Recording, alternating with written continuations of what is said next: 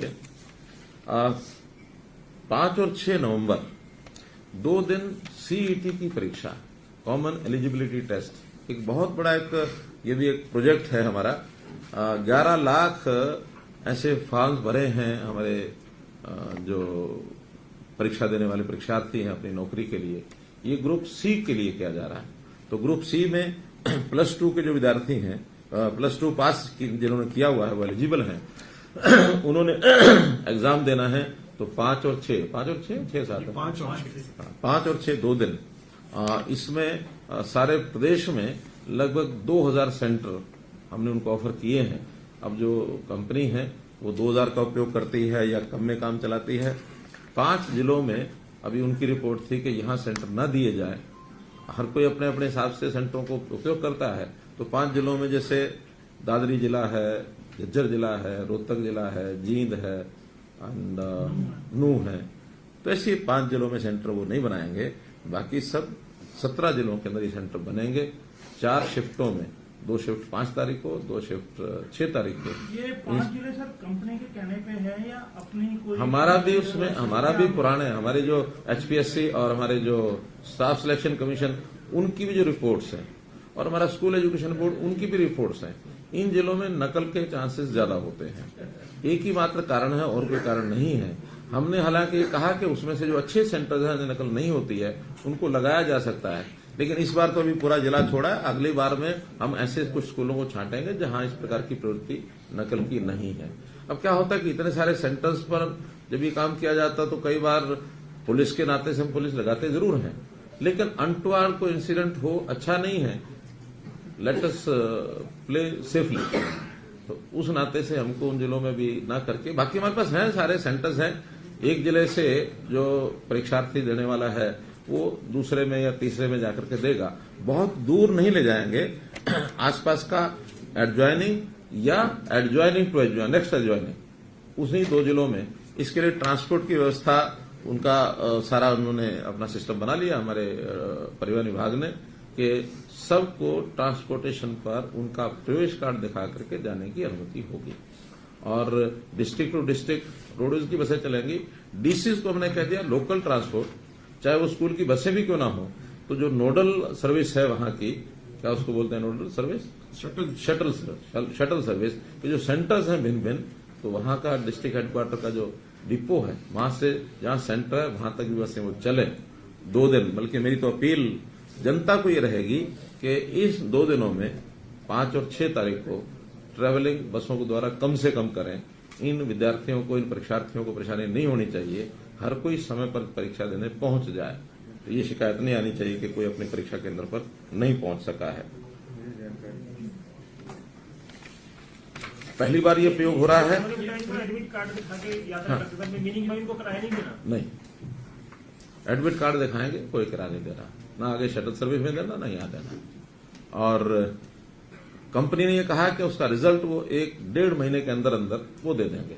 अर्थात अपेक्षा है कि 15 दिसंबर तक वो इसका रिजल्ट दे दें। और 15 दिसंबर के बाद फिर जो पोस्ट वाइज इनमें से किस पोस्ट पर किसको अपना अप्लाई करना है वो एडवर्टाइजमेंट निकलेगी। उसके हिसाब से जो पास कैंडिडेट हैं उन पास कैंडिडेट को उनको एक मौका दिया जाएगा।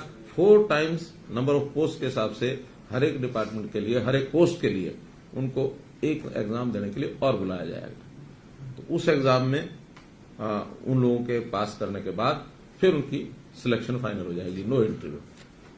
इसके बाद ग्रुप डी का भी ये सारी प्रोसेस होने के बाद लगभग 6 महीने इस प्रोसेस में लग जाएंगे। फिर ग्रुप डी का एक और एग्जाम इसी प्रकार से लिया जाएगा। उसमें कोई दूसरा एग्जाम नहीं होगा, केवल मेरिट के आधार पर जो प्रायोरिटी उन्होंने डिपार्टमेंट की दी हुई होगी उस डिपार्टमेंट की प्रायोरिटी के हिसाब से जो ऊपर के जो मेरिट के टॉप के जो लोग हैं as per number of seats उनको सिलेक्शन कार्ड दे दिया जाएगा। इस प्रकार का ये कार्यक्रम। लेकिन हम प्रदेश के लिए भर्ती होंगी सर? हाँ जी, इसमें जो लाखों बच्चे इसमें लेंगे, हाँ, उसमें कितनी भर्तियां हमारे प्रदेश के बच्चों के लिए? नहीं ऐसा कोई इसमें कोई वो रिजर्वेशन नहीं है। हाँ, ऐसा नहीं है। जो जिन्होंने फार्म भर दिए हैं 11 लाख ने फार्म भरे हैं। हाँ, तो 11 लाख से ऊपर लोगों ने फार्म भरे हैं और उसमें जो हाईएस्ट मार्क्स के होंगे उन हाईएस्ट मार्क्स के लोगों को अगले जो नंबर ऑफ सीट्स होंगी उन सीट्स के हिसाब से उनसे फिर वो एक ऑप्शन ली जाएंगी और उस ऑप्शन में जो आएंगे जितनी सीटें हैं 4 टाइम्स का उसमें एग्जाम लिया जाएगा। ये तो हमारा ग्रुप सी का हो, ग्रुप डी का हम अगले साल लेंगे। 6 महीने बाद। हमने ये भी कहा था कि ग्रुप सी का सीईटी भी हर साल होगा। हाँ, हर साल होगा, ये भी हर साल होगा, वो भी हर साल होगा, लेकिन 2 बार होगा। अब इसमें इस बार पहले ग्रुप सी का कर रहे हैं, बाद में डी का करेंगे। दोनों एग्जाम लेने के बाद अगली बार फिर तय भी कर सकते हैं कि इसको पलट भी सकते हैं, पहले ग्रुप डी का ले लेंगे फिर सी का ले लेंगे। लेकिन अब सी वालों में जो +2 होते हैं वो सभी भरते हैं और सी वाले में तो दोनों भर सकते हैं, दोनों +2 के भर सकते हैं। डी में दोनों भर सकते हैं, डी में तो 10वीं पास भी होगा और +2 भी होगा और उससे ऊपर के भी सब लोग होंगे। तो बहुत से लोग कॉमन भी हैं जिन्होंने सी भी भरा है, डी भी भरा है।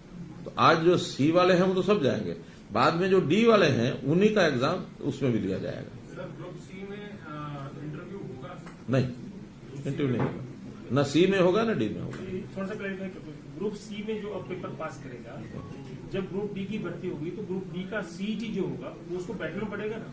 हाँ, बैठना पड़ेगा। तो ग्रुप डी का भी टेस्ट उसको पास करना हाँ, पड़ेगा। हाँ। अगर ग्रुप सी का भी वो पेपर दे रहा है, पास हो या ना हो, अगर उसने डी का भी देना है तो डी का एग्जाम दे सकता है। लेकिन डी का एग्जाम वाले ही डी में नौकरी में जाएंगे, सी वाले डी में नहीं जाएंगे, डी वाले सी में नहीं जाएंगे। एग्जाम दोनों का अपना अपना होगा। वो 3 वर्ष तक इसी फीस में जितने एग्जाम देने सारे दे सकता है।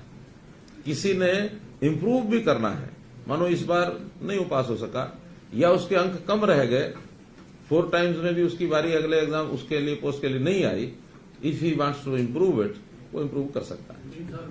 3 साल 3 साल के बाद अगर फिर कोई देना चाहेगा तो उसको दोबारा से अपना फॉर्म भर के फीस देनी पड़ेगी। उसको 3 चांस मिलेंगे, मतलब 3 चांस मिलेंगे। 3 चांस नहीं, 3 ग्रुप डी के, 3 ग्रुप सी के, हाँ जो भी, और उसके बाद इम्प्रूवमेंट के, वो चाहे हर 6 महीने बैठता रहे। सर इसमें रिजर्वेशन रहेगी जो हाँ, इसमें स्टेट की नहीं है, लेकिन बाकी रिजर्वेशन जितनी भी हैं वो सब होंगी।